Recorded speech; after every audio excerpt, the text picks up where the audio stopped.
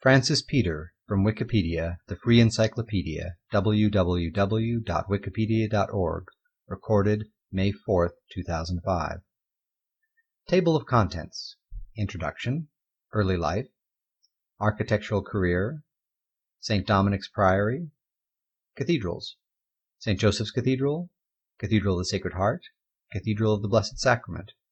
Private houses. Personal life. Evaluation. Works by Petre. References. Further reading. External links. Notes.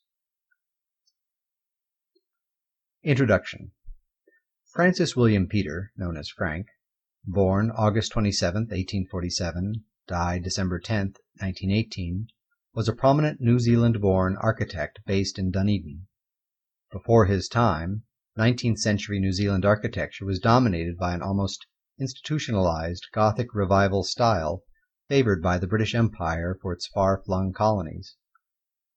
Petre, one of the first of New Zealand's native-born architects, played an important part in guiding it towards the brighter Palladian and Renaissance Southern European styles, which were more suited to New Zealand's climate than the gloomier Gothic. Able to work competently in a wide diversity of architectural styles, he was also notable for his pioneering work in concrete development and construction. He designed numerous public and private buildings, many of which are still standing in and around Dunedin. Today, his private houses are among the most distinguished and sought after in New Zealand. However, he is chiefly remembered for the monumental Roman Catholic cathedrals of Wellington, Christchurch, and Dunedin, which survive today as testimony to his talent and architectural expertise. Early life. The Petres were an aristocratic family from Ingatestone in Essex, England. Francis Petre's immediate family was one of the first and most prominent colonial families of New Zealand. Petre Bay, Chatham Island, was named after them, as, originally, was the town of Wanganui in the North Island. The Wellington suburb of Thorndon was named after the family's Thorndon Hall estate in England. Petre was the son of the Honourable Henry William Petre, who first came to New Zealand in 1840 as director of the New Zealand Company of which his own father, Lord Petre, had been chairman. The New Zealand Company had been set up to promote the colonization of New Zealand, and bought, sometimes dubiously, thousands of hectares of land from the Maori. As a consequence, Henry Petre was one of the founders of Wellington. He was also colonial treasurer of New Munster. Henry seems to have been a man of strange appearance, from the description by his contemporary, the New Zealand social commentator Charlotte Godley. Quote, "He is immensely tall and thin and looks like a set of fire-irons badly hung together." Unquote.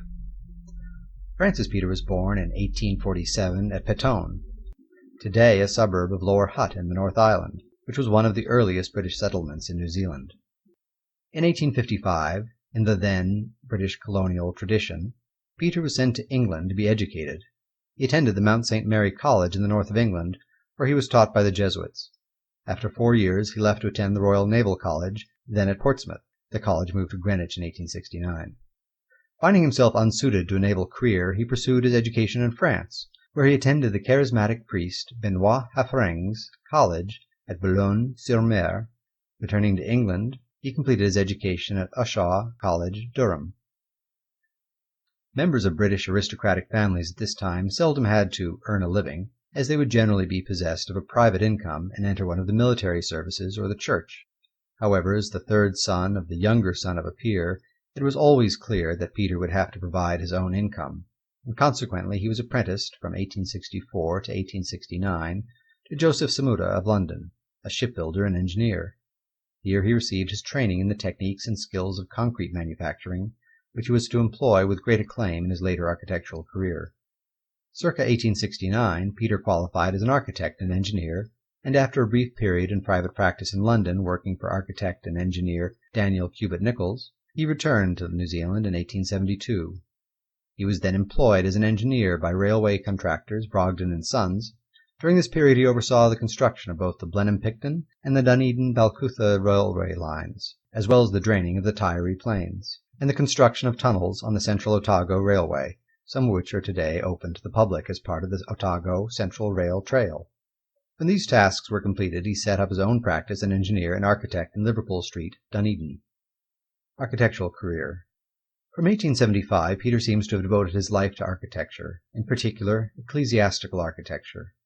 No doubt influenced by the fashion of the time, especially by the acclaimed Christ Church architect Benjamin Montfort, Petre initially designed in the Gothic Revival style, which he praised for, quote, the great richness and delicacy of detail and the closer application of geometrical rules to architecture, more especially in the window tracery, which exhibits great variety of design, together with an easier and more perfect flow into the various parts of the whole structure, unquote. The Gothic Revival style had become popular for church architecture in the British colonies, as it had in Britain itself, following the rise of the Oxford movement, a school of Anglo-Catholic intellectuals who felt that medieval Gothic architecture inspired a greater spirituality than other styles based on non-Christian temples. The Anglican Church abroad adopted this theory as not only a nostalgic reminder of home to those empire builders, but also as holding out more hope of impressing the natives to be converted to Christianity. The Roman Catholic Church, however, of which Petre was a member, with its many priests trained in Italy, had no such limited vision. Thus, it was the Catholic Church which gave Petre his greatest opportunities of proving his worth as an architect by producing cathedrals, basilicas, and churches in a wide diversity of European-based styles. Petre's early speciality was his groundbreaking work in mass concrete, at the time a revolutionary form of construction. 3 of his earliest projects were all constructed in this new form of building material. Judge Chapman's mansion, today known as Castlemore, the mansion nicknamed Cargill's Castle in 1876, and St. Dominic's Priory in 1877. He did, however, also work in more conventional building materials, according to the whims of his patrons. St. Dominic's Priory, Dunedin. Petre described the style of his 1876-77 creation, St. Dominic's Priory, as Anglo-Saxon, referring to the straight-sloped window apertures. The style of the building, however, was very much Petre's own interpretation and only lightly influenced by Anglo-Saxon architecture. The building is notable for its use of poured concrete, a comparatively new building material in 1870s New Zealand, but one well suited to the creation of large number of windows in the building's facade. The structure is simultaneously grand and austere, well reflecting its use as a convent.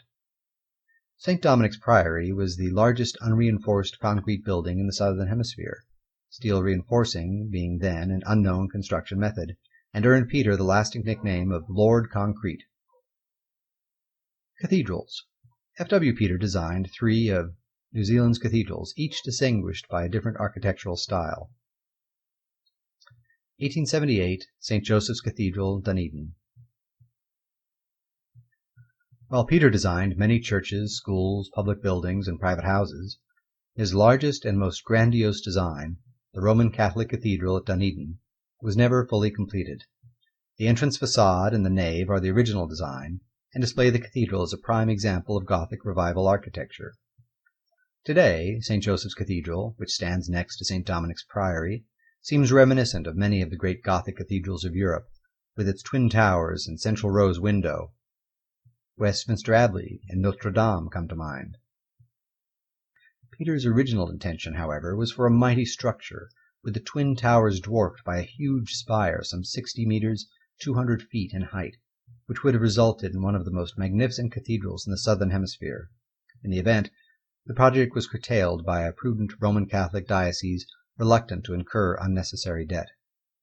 Petre's intention, which is clear from the almost 90 pages of drawings held in the archives of the diocese, was to design the most impressive cathedral in Australasia.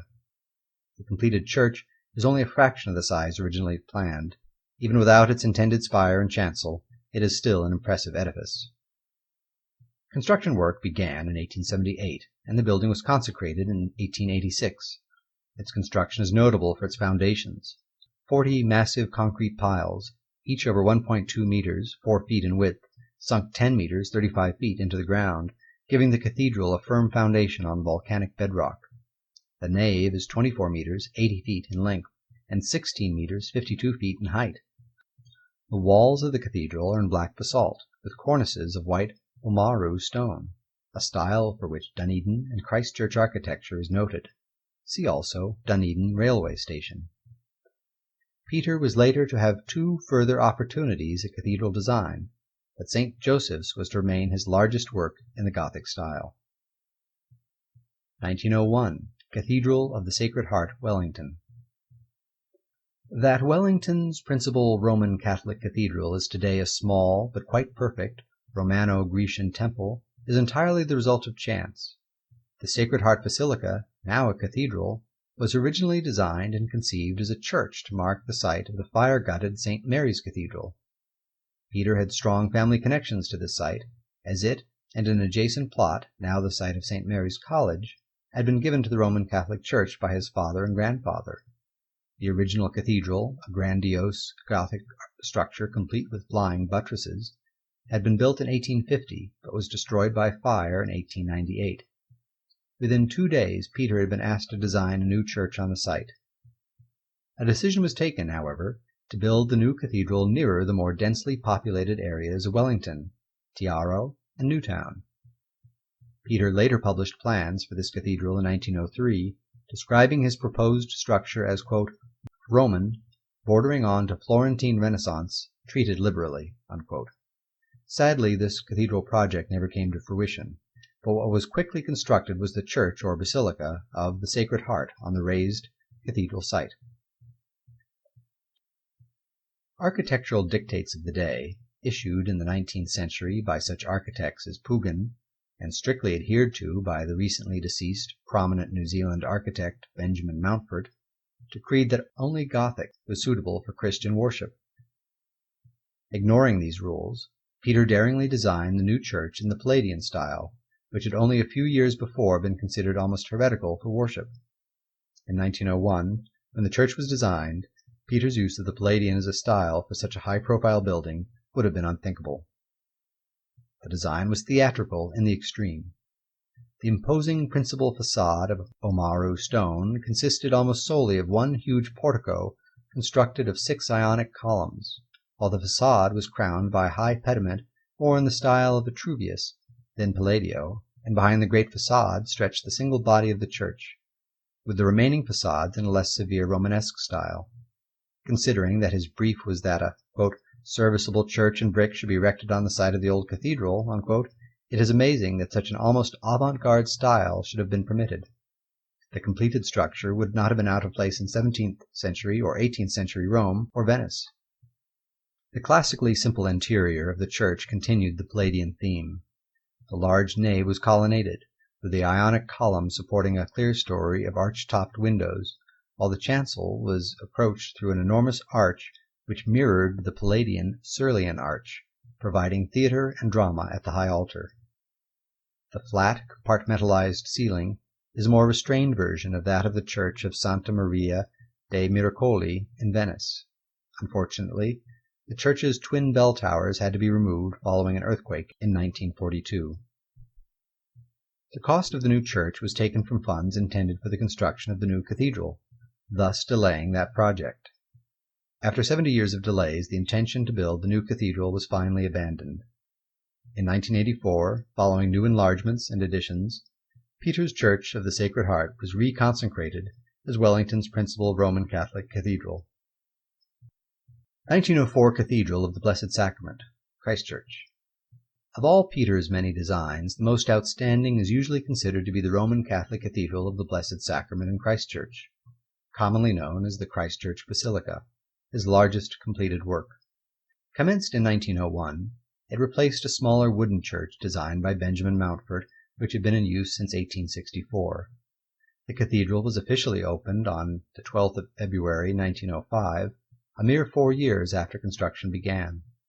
Today the building, said by some to be based on the 19th century church of Vincent de Paul in Paris, is held to be the finest Renaissance-style building in Australasia.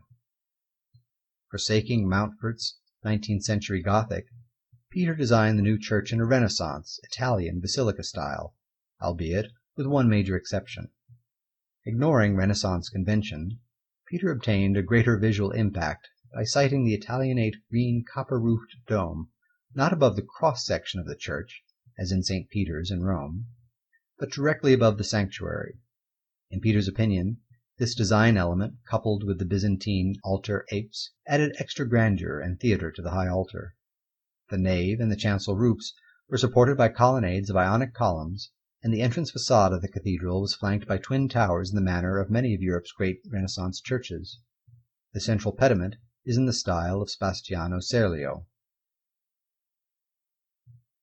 While often likened to St. Paul's Cathedral in London, it is conceivable that the greatest influence behind this great structure was Benoit Haffring.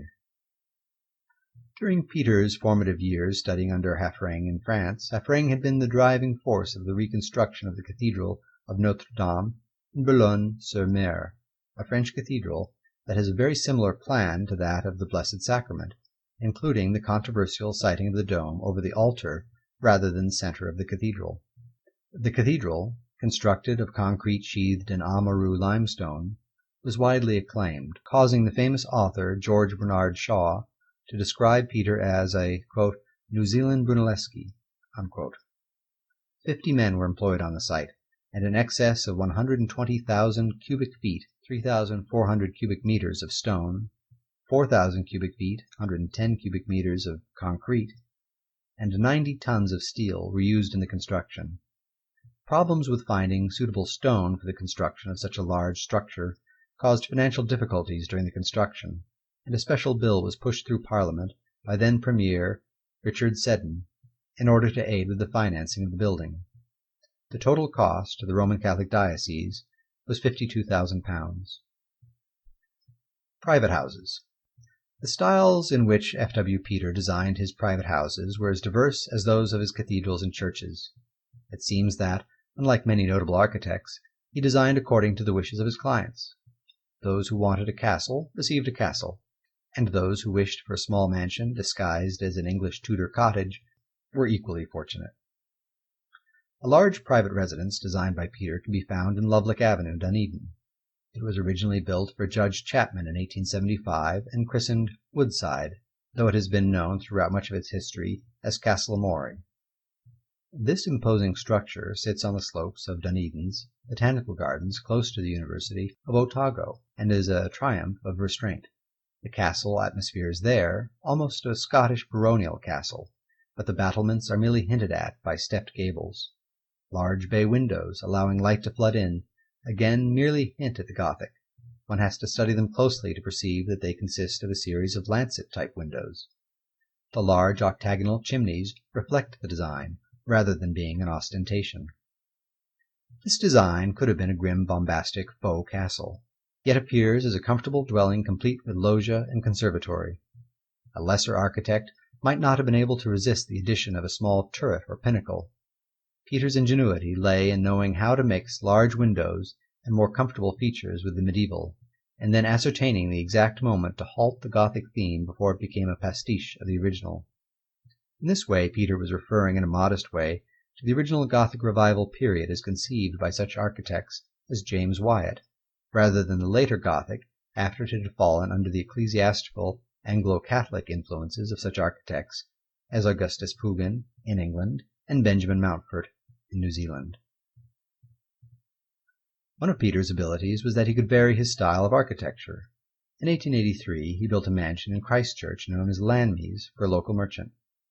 The style selected came to be known in New Zealand as the English cottage style. This was a complete reversal of his previous work. Rather than impressive grandeur, the style was intended to evoke rustic charm. However, the large size of these cottages made them more akin to Marie Antoinette's petit hameau at Versailles than a humble English cottage.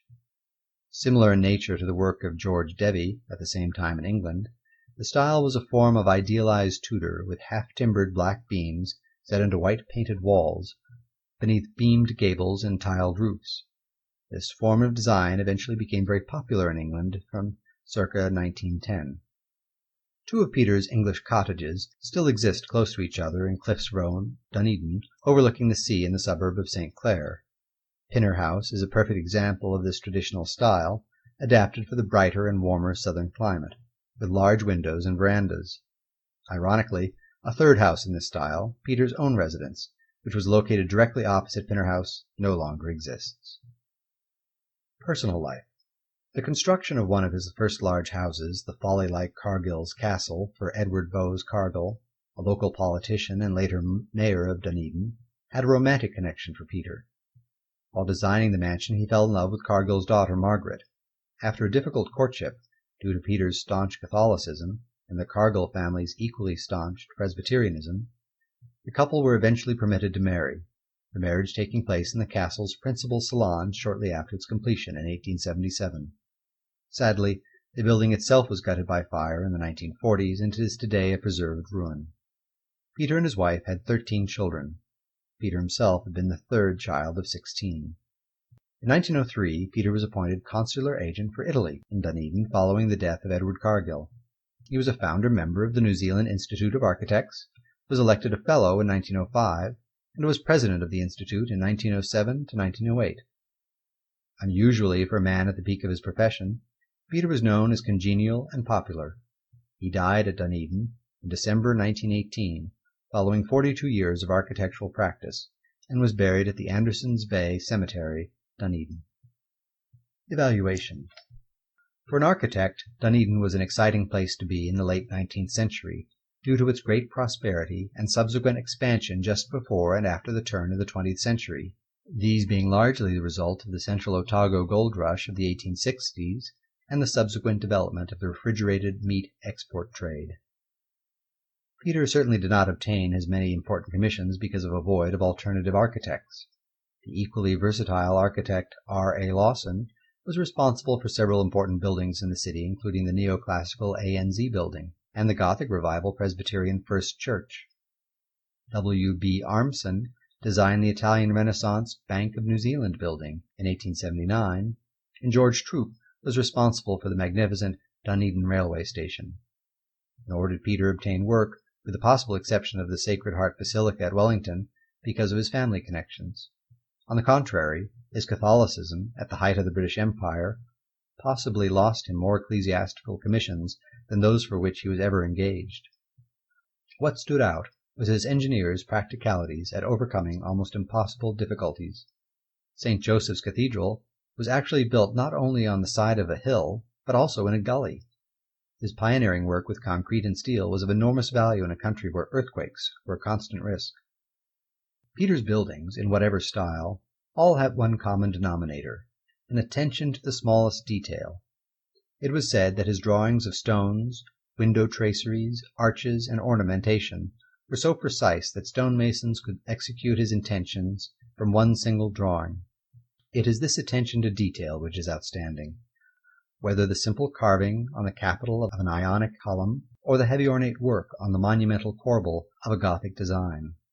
While this precision enabled him to work so successfully in the wide range of styles as he did, it in no way inhibited his sense of developing design. In his own words, an architectural style could be, quote, treated liberally, unquote, and this is the key to the individuality of his designs. Dunedin's Royal Exchange Building is a Palladian town palace, yet has an almost Australian, restrained Baroque design. Cargill's castle would not have looked out of place in the Cimini Hills of Italy. It also has an almost hacienda spirit. His work in the Gothic style was lighter and more delicate than that of Alfred Waterhouse, and equal in detail to that of Augustus Pugins. It has been said of his work that he never fully developed his vision or overcame the limitations of his training, but his experience as an engineer equipped him to find sound, innovative solutions to many constructional problems. His placing of the dome at the Blessed Sacrament over the altar has also been criticized, as many feel it does not cohere to the design. However, others feel it was a stroke of genius, enhancing the interior. Francis Petre's work cannot be judged against that of the great classical architects of the Northern Hemisphere who so clearly influenced him. He did not create a style or have a revival period named after him. His achievement was adapting and developing so many established styles well, whether through the new techniques of steel or concrete, or through more traditional building methods. He was given amazing opportunities to prove himself worthy as an accomplished and inspired architect. The many monumental buildings with which he provided New Zealand speak for themselves as to his talent. Works by Petre. Woodside Mansion, Castlemorey, Dunedin, for Judge Chapman, 1875. Style, Gothic Revival. Cargill's Castle, Dunedin, for E. B. Cargill, 1876. Style, mixed Italianate, castellated Gothic. St. Dominic's Priory, Dunedin, 1877. Style, Gothic Revival. St. Joseph's Cathedral, Dunedin, 1878 to 1886. Style, Gothic Revival. Guardian Royal Exchange Assurance Building, Dunedin, 1881 to 1882. Style, Palladian. St. Patrick's Basilica, Oamaru, 1893 to 1903. Style, Mixed Palladian and Renaissance. Phoenix House, Dunedin, now Airport House, circa 1885. Sacred Heart Church, Dunedin, 1891. St. Patrick's Church, Lawrence, 1892. St. Mary's Roman Catholic Church, Milton, 1892. Sacred Heart Basilica, now Cathedral of the Sacred Heart, Wellington, 1901. Style, Palladian. Cathedral of the Blessed Sacrament, Christchurch, 1904 to 1905. Style, Italian Renaissance. St. Mary's Roman Catholic Basilica, Invercargill, 1905. St. Patrick's Church, Waimate, 1908. Style, Romanesque with Italianate cupola and campanile. Church of the Sacred Heart, also known as the Tomorrow Basilica, 1910. Style, Byzantine. References: J. Stackpoole, 1976. Colonial Architecture in New Zealand. Published by A. H. and A. W. Reed.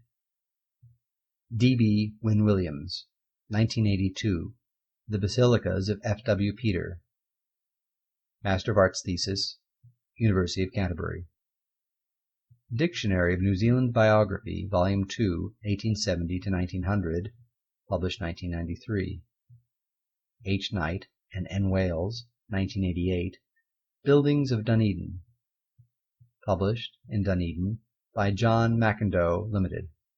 ISBN number 0868681067. Further reading: J. Hurd and J. G. Griffiths, 1980. Discovering Dunedin. Published in Dunedin by John McIndoe Limited. ISBN number 0868680303. External links: Landmies, Peter's English Cottage Style, www.historic.org.nz/listingdetail.asp?RID=4907. Cathedral of the Blessed Sacrament, Christchurch, New Zealand. www.catholege.school.nz/normal/cathedral.htm. Photographs of New Zealand architecture, 1870 to 1910. 7 Petre buildings are among those shown.